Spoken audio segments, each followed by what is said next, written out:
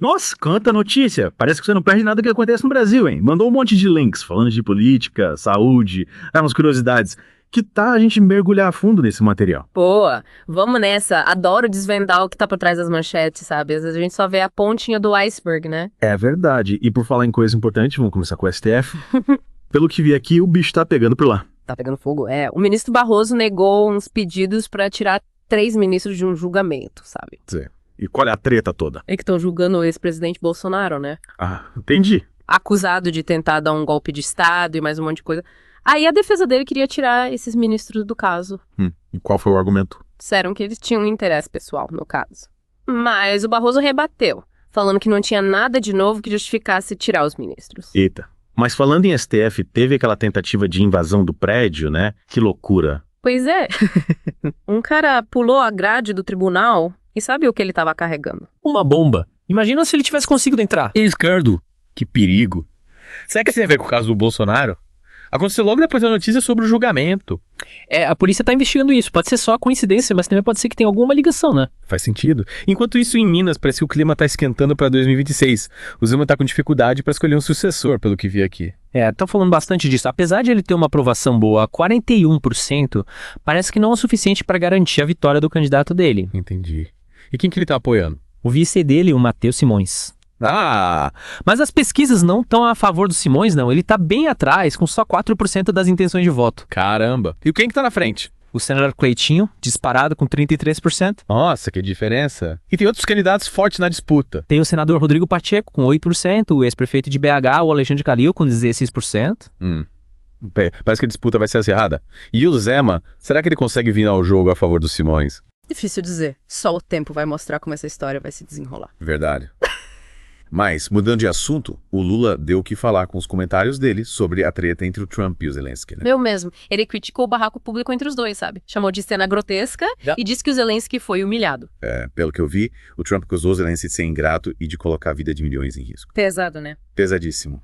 Essa troca de farpas repercutiu no mundo todo. O Lula, como figura importante no cenário internacional, resolveu se manifestar. E qual é a posição do Lula sobre o conflito? Ele sempre defendeu o diálogo como solução, né? Então, criticou essa escalada de tensão entre os líderes. Faz sentido. Bom, enquanto isso, aqui no Brasil, a gente tem outra batalha acontecendo, a luta contra a corrupção. E parece que o CNJ está agindo para valer, para punir juízes envolvidos em falcatruas. Estão falando muito de um caso em Manaus.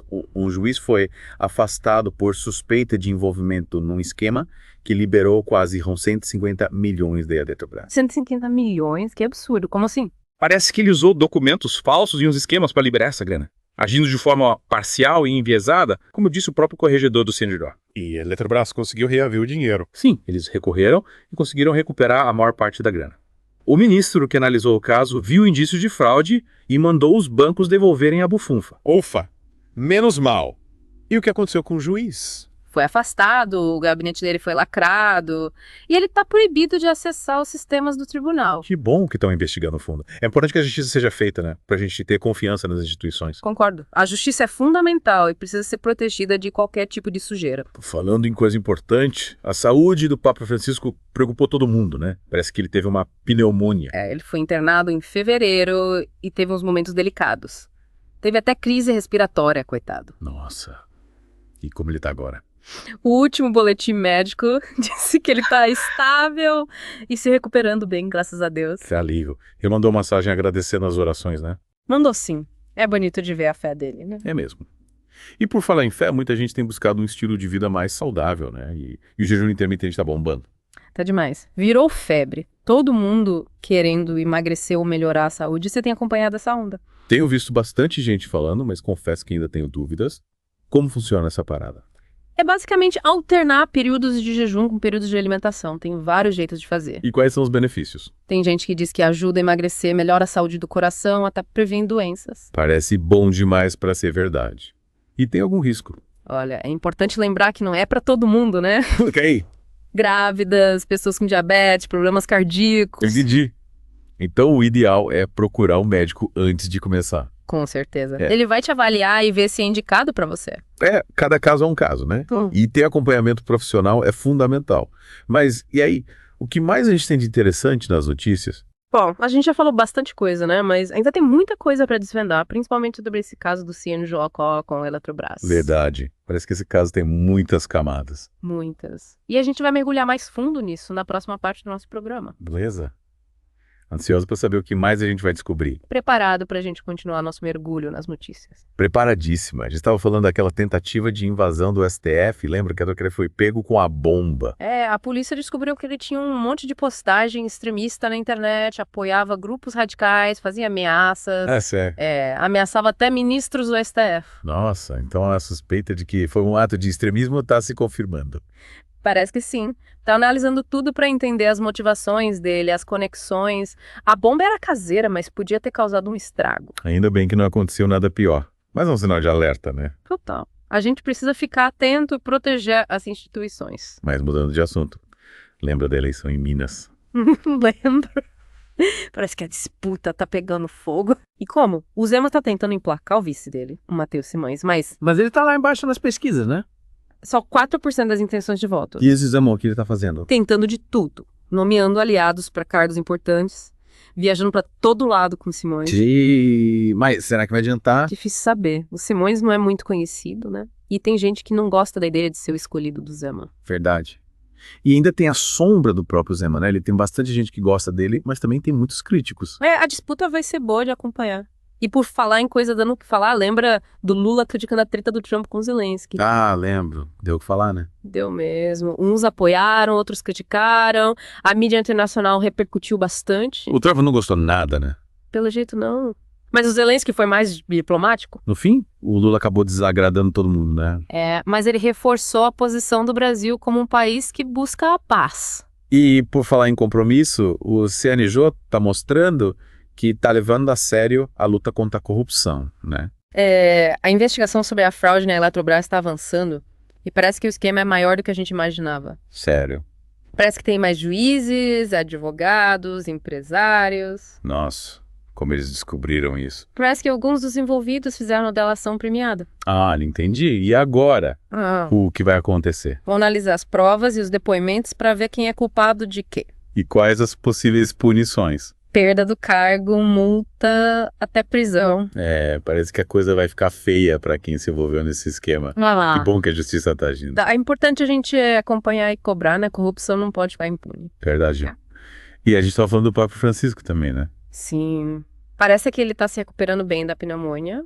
Já voltou a fazer algumas coisas, mas ainda precisa descansar. Que bom. E a gente também falou do jejum intermitente, né? Muita gente interessada, mas é bom lembrar que não é pra todo mundo. Tem que ter cuidado e procurar um médico antes de começar. Com certeza. Mas me fala, o que mais chamou atenção nas notícias? Acho que a gente cobriu bastante coisa. Mas ainda quero entender melhor como funcionava o esquema da Eletrobras. Boa. A gente vai desvendar esse mistério na próxima parte do programa. E aí, pronto pra gente finalizar nosso mergulho nas notícias de hoje. Prontíssimo. Acho que a gente deixou o melhor pro final, hein? É verdade. A gente se aprofundou em várias questões, mas ainda falta desvendar aquele esquema da Eletrobras, lembra? Lembro sim. Aquele que o CNJ tá investigando, né? Isso. A gente viu que tinha um monte de gente envolvida, juízes, advogados, empresários, mas ainda não entendemos como o esquema funcionava. Pois é, mas parece que o CNJ conseguiu desvendar o mistério. Eles descobriram que a galera usava empresas fantasmas laranjas, uma verdadeira teia para lavar o dinheiro da Eletrobras. Que loucura. E como eles faziam isso? Criavam processos falsos, falsificavam documentos, até cooptavam gente de dentro do judiciário. Nossa, que absurdo. É inacreditável como a corrupção consegue se infiltrar em tudo, né? Mas pelo menos o CNJ tá mostrando serviço. E sabe o que ajudou bastante? O quê? A delação premiada de alguns envolvidos. Entendi. Eles entregaram os comparsas em troca de uma pena menor. Exatamente. E com essas informações, o CNJ está conseguindo juntar as peças do quebra-cabeça e identificar todos os culpados. E o que vai acontecer com eles? Vão responder por corrupção, lavagem de dinheiro. As punições podem ir desde a perda do cargo público até a prisão. Parece que a casa vai cair para essa turma. E é importante a gente ficar de olho, né? Cobrar que a justiça seja feita. Com certeza. A gente não pode deixar a corrupção vencer. Mas, e aí, o que mais te marcou nesse nosso mergulho? Nossa, a gente falou de tanta coisa.